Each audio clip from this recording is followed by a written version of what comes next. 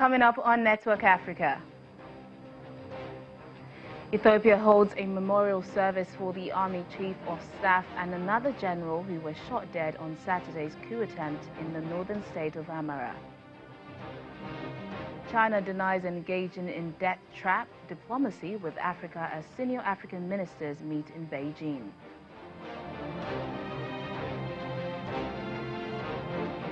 Plus, Zimbabwe bans the use of foreign currencies in the country.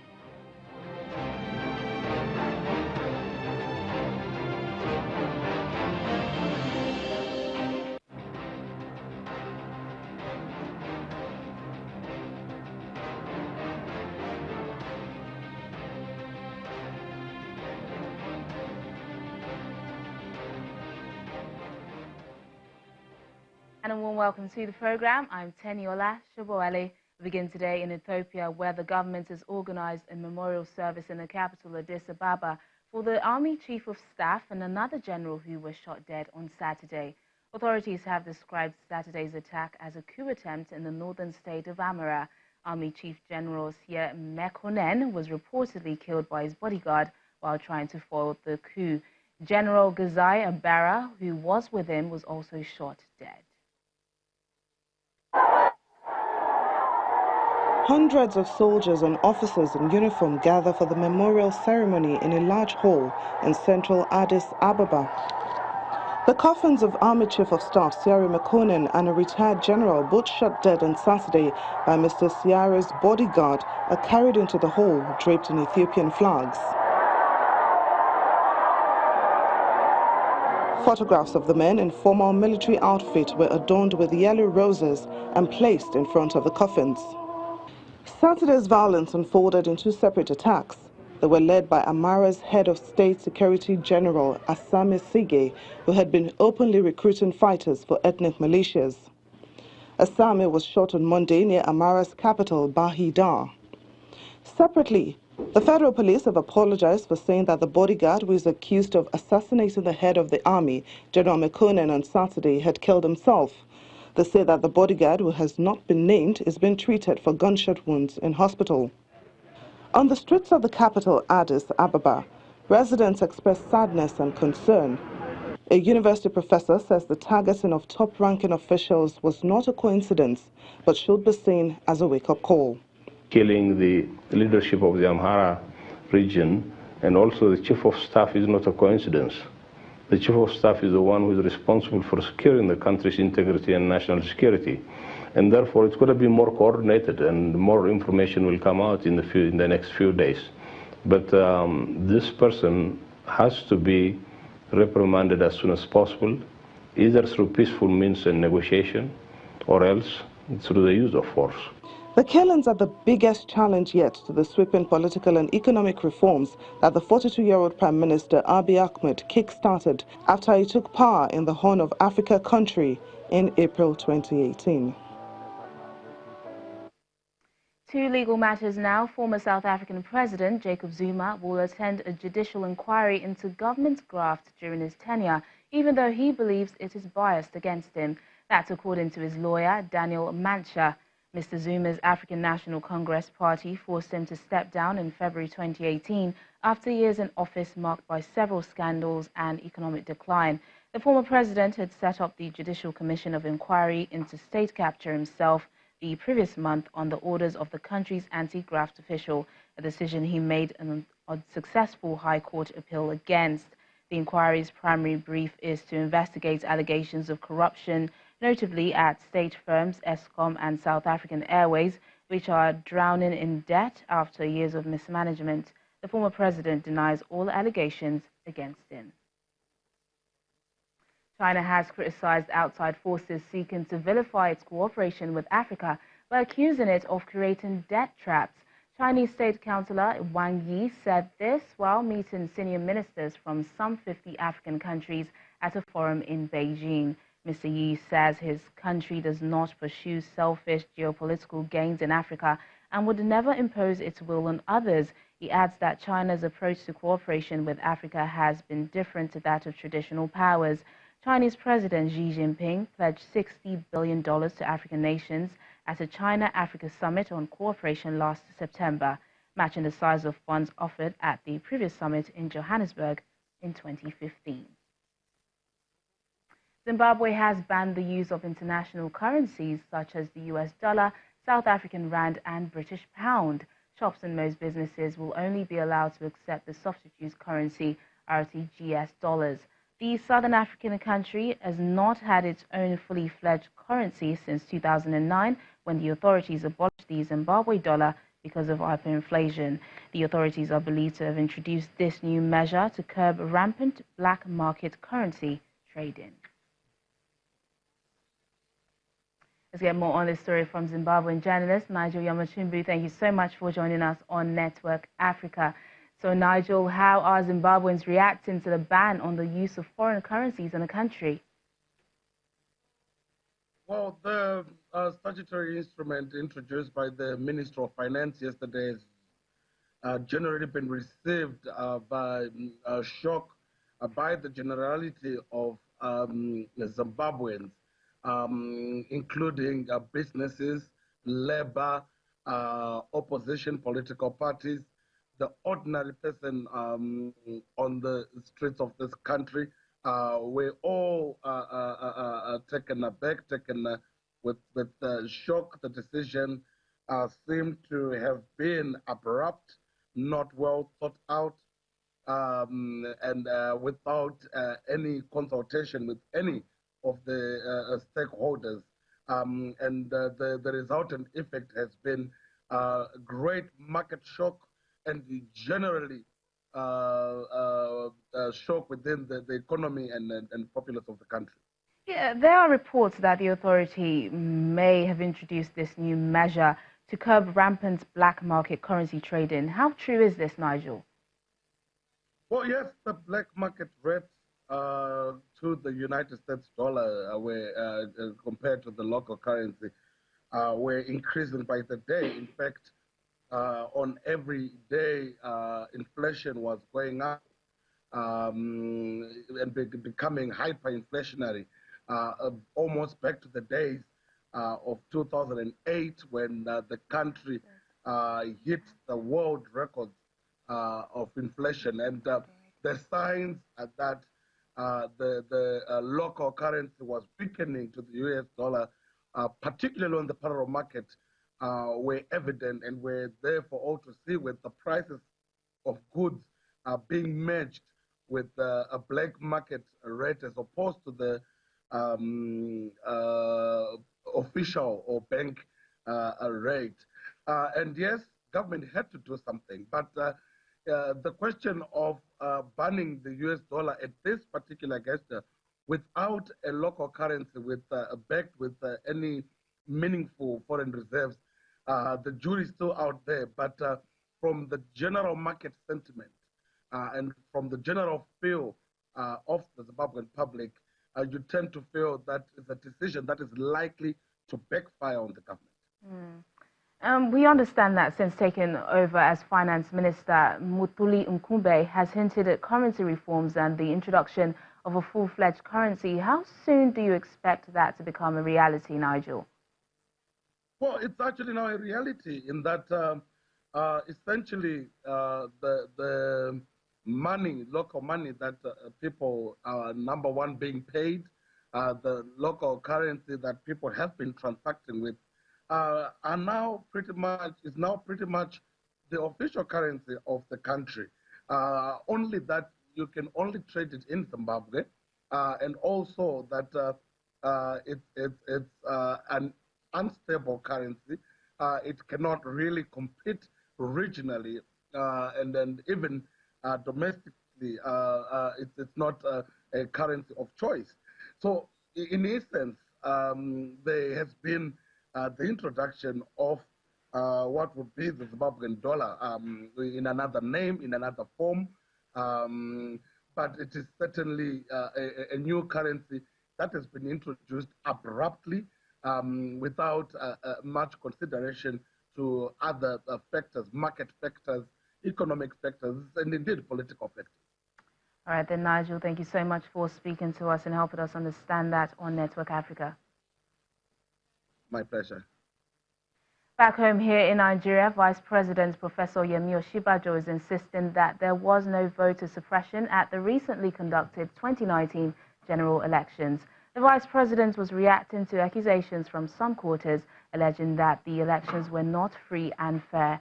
He says there is no iota of truth in the accusations and that the present government is rather focused on addressing challenges facing the nation such as insecurity.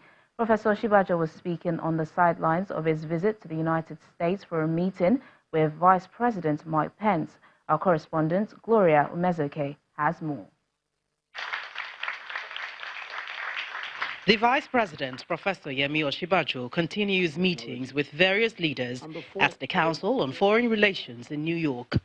Here's the economy, so let's start. In a question and answer session, the Vice President talked about Nigeria's efforts in opening up the power sector, advancing infrastructural development, and tackling issues of climate change, amongst other issues. In areas where the president received support, turnout was very high. In areas where he does not have a lot of support, turnout was very low, led to credible accusations about voter suppression. I don't think it's correct at all to even suggest that in areas where the president won, there were more voter turnout. And in some places, there was voter suppression. Not true at all. In the various places where we won in 2015, we won again. In some cases, sometimes lower, sometimes higher, but we won again. In some of the places where we won in 2015, we lost. Security is one area the Vice President says must be addressed. Because we're working very closely with Lake Chad Commission members and with our neighbors, the multinational joint task force, which we have, we're able to contain a lot of their activities. But of course, the major concern for us is that we want to ensure that this does not become a situation where ISIS, finds a base in West Africa.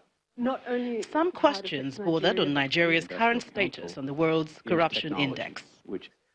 Now, part of what we're trying to achieve is to remove whatever bottlenecks may encourage petty corruption. And that's why Executive Order 1 was signed. The federal government is confident that opening up key areas to the private sector would ultimately drive significant progress and development in the country. From New York, in the United States, Gloria Umezoke, Channels Television News. Meanwhile, Nigerians have been concerned about the attack on the businesses of their fellow countrymen in Ghana. And while the federal government is working closely with the Ghanaian government to investigate the matter, Executive Director of the West African Network for Peacebuilding, Mr. Chukwuemeka Eze, says though the issue borders on Nigerian business savvy, he is confident that the government of Ghana will address the issues from a firmer and stricter angle. He shared his thoughts with my colleague Amarachi Ubani on Diplomatic Channel. I am concerned, but I'm also aware that there is, unlike what I see or what I perceive in South Africa, where I do not think that the state response is enough, I think the difference is that in Ghana, the state is usually very firm when it takes such decisions. And they have a security architecture that, in my opinion, can deal with such issues when they begin to rear its ugly head. They also have a vibrant media that can make or mar such news and make it either less potent or become a source to escalate the conflict. So in this instance, I feel that the organ of the state and then all the response mechanisms that are available is more potent in Ghana than, in my opinion, is in South Africa. So I do not see this lasting for a very long time. That's number one. Number two is that we also have a lot of Ghanaians that are doing business in Nigeria, either living in Nigeria or going to Nigeria to buy goods and services.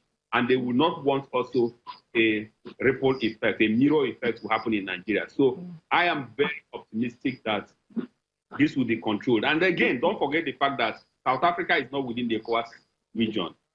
Ghana and Nigeria are both share affinity within the ECOWAS space. And therefore, I will not even be surprised if in the summit of next week, this is addressed head on. Still to come on the program. The Somali National University holds its first graduation ceremony in over 3 decades.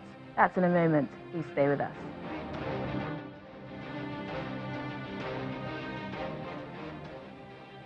Thanks for staying with us. The Cross River State government has begun the distribution of rice seedlings to states across the Niger Delta region, beginning with Bayelsa State here in Nigeria. The supply forms part of the first batch of production worth 3 billion naira of a 10.8 billion naira order for the southern states under the auspices of Rice Farmers Association of Nigeria with the support of the Central Bank of Nigeria. Like a dream come true, the Cross River State Rice City is gradually expanding and placing the state as the choice destination for rice seedlings in Nigeria. Now the farm has begun to yield fruits and the seedlings are now being distributed to other states. Governor Ben Ayade is at the Rice City to monitor the farm. He also joins the workers in wrapping the seedlings before it's loaded for onward distribution.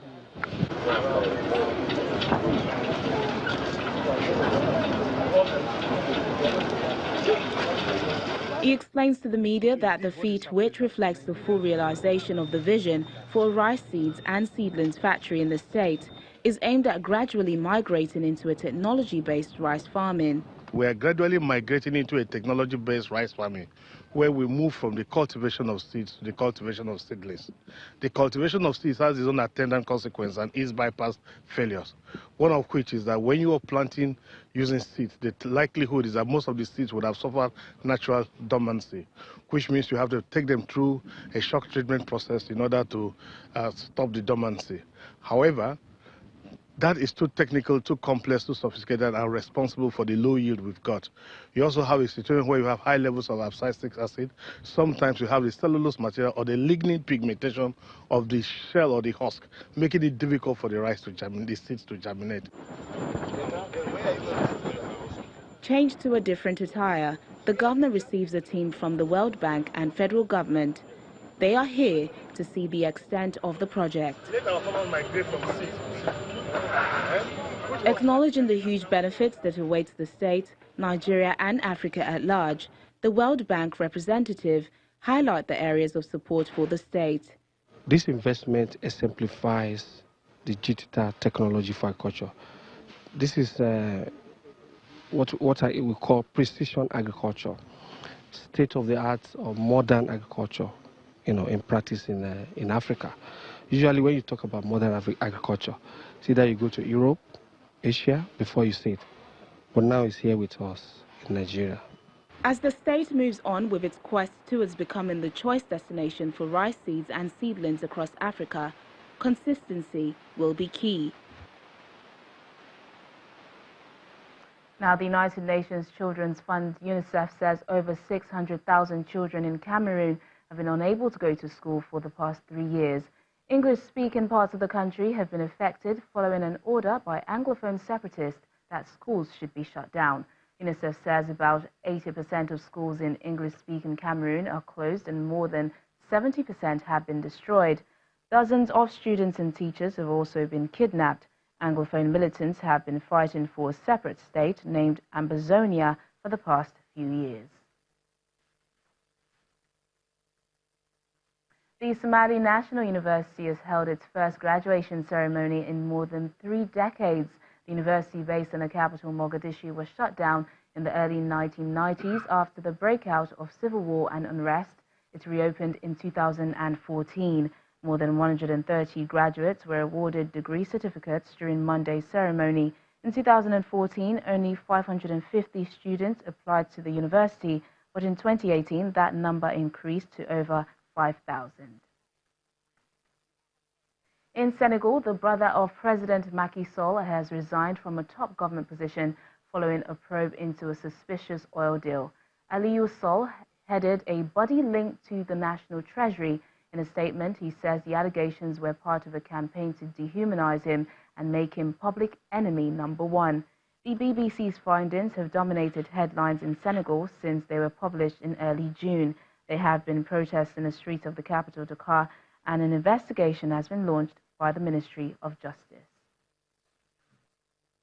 Now, the game or wildlife farming industry in South Africa has grown over the past 20 years from 3,500 farms in 1992 to over 10,000 game farms today. With South Africa's biodiversity and infrastructure, the country has a unique competitive advantage in an industry which is currently contributing over $1.5 billion to its GDP per year. With less than 30 minutes to go until nightfall, South African professional hunter Tony de Bruin is hoping to find a golden wild beast. It is one of the last animals left on the wish list of his American client, Philip Kloppenberg, and his wife, Francine. They're just two of the estimated 8,600 trophy hunters who visit South Africa to hunt each year. We look for the old bulls that has character, that is not breeding anymore, and that's not going to leave the... In other words, I'm not going to... It's past the conservation value. They have bred, they have done everything they were supposed to do on this earth. Now they're going to America. The game farming industry consists of 4 key pillars: live sale auctions of game, ecotourism, hunting, and animal products. The industry mushroomed over the past 20 years after legislation was passed in 1991 that permitted the private ownership of game animals. Since then, the number of private game farms has risen from 3,500 farms in 1992 to the over 10,000 farms in operation today. Tebogo Mugashua is president of Wildlife Ranching South Africa, WRSA, and owns a private game breeding farm located just outside Bella Bella in the Limpopo province. Well, it's the only industry that South Africa has a unique comparative advantages in terms of the nature of the species that we farm with, as well as the natural biodiversity of South Africa being the 3rd most biodiverse country in the world. The scientific and veterinary knowledge that we possess, and the general good country infrastructure that supports this industry that is premised on sustainable utilization of wildlife resources.